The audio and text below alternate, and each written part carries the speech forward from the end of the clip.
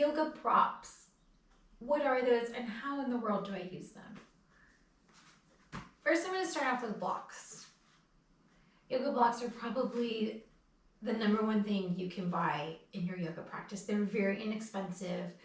I'll link below where you can find them. Every time I'm in like a Marshall's, TJ Maxx, any of those kinds of stores, I always look because you can find these at a really good deal. These are your blocks. This is a strap.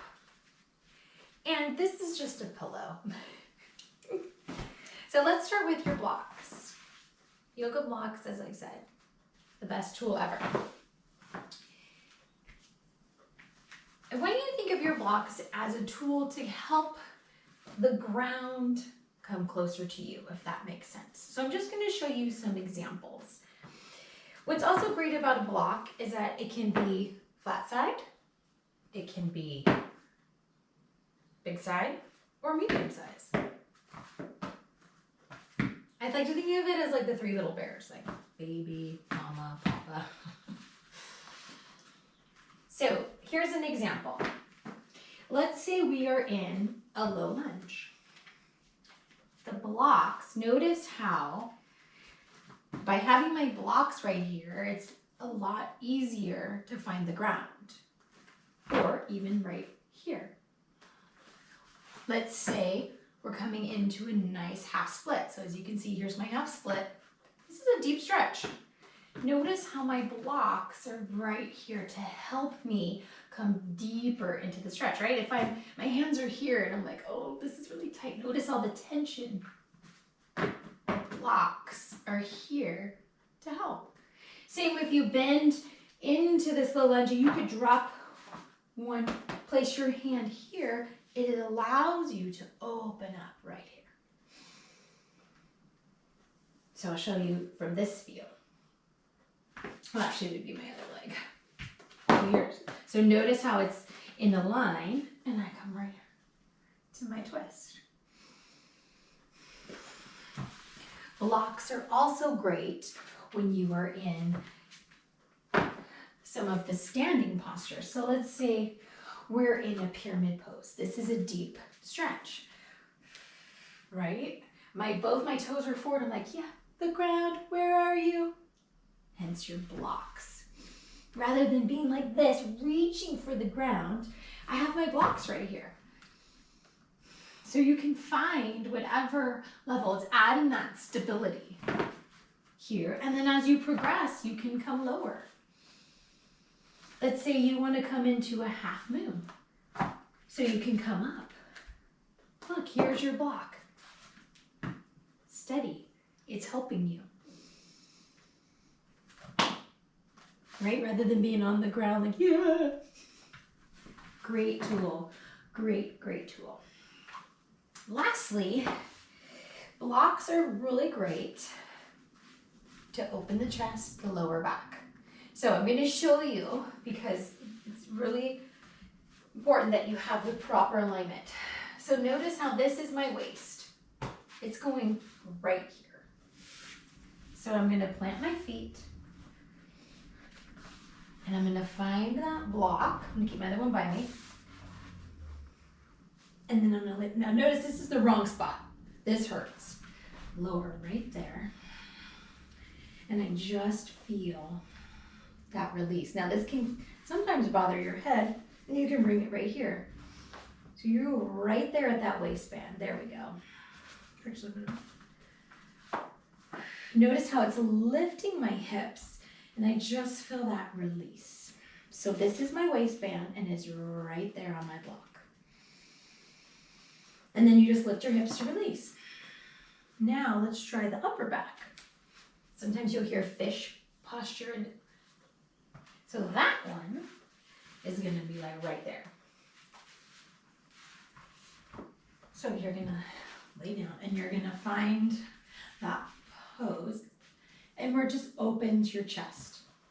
You don't want it too low, too high. Sometimes this one too feels good if you put the other one under your head.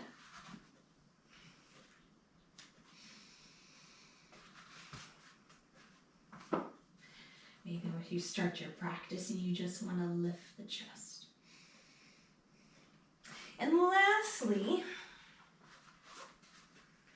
this is a great one for child's pose, your block. You know, here we are in child's pose right here. Well, sometimes we can bring our block and place our forehead. Again, it's bringing the ground closer to our body. Feels really good. Or, let's say you're in pigeon. And if you're like me, you've got tighter hips, sometimes you can press this block right underneath. And then go, oh, maybe use this block to come on. Rather than being like, you know, tension.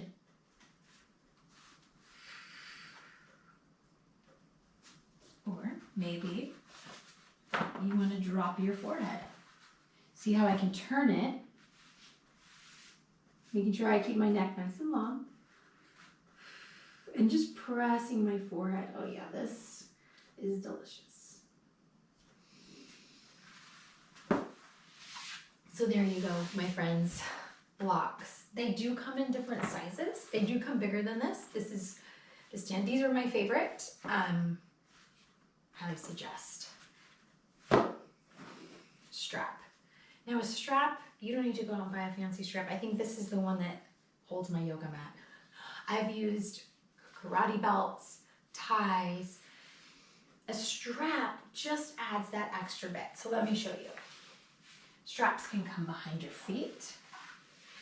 So rather than, you know, sometimes we're here, the strap just helps you. My favorite use for the strap is when we're laying down. Nice flat back. I like to take my leg out to the side and then back center, really deepening that hamstring and then getting that IT band. Oh boy. So that strap is just allowing that leg to come a little bit closer. So that's the strap for your leg. Straps are also good just for stretching. Side to side, or I'm going to turn around so you can see me. Straps are really good for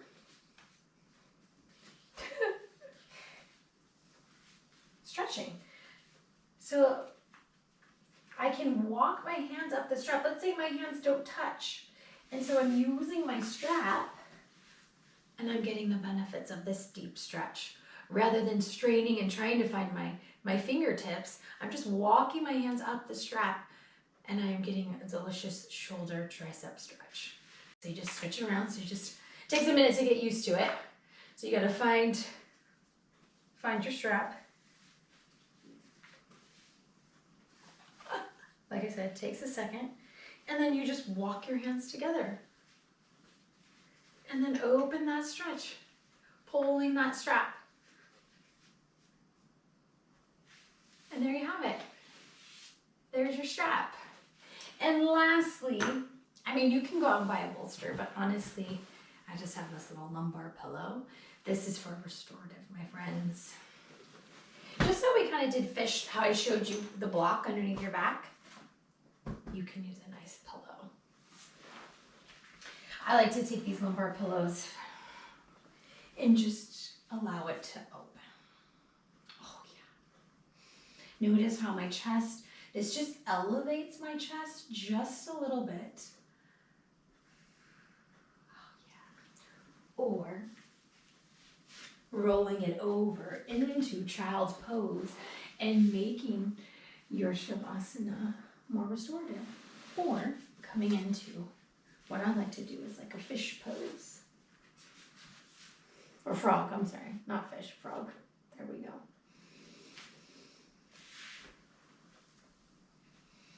So there you have it. Yoga props. I hope that helps you.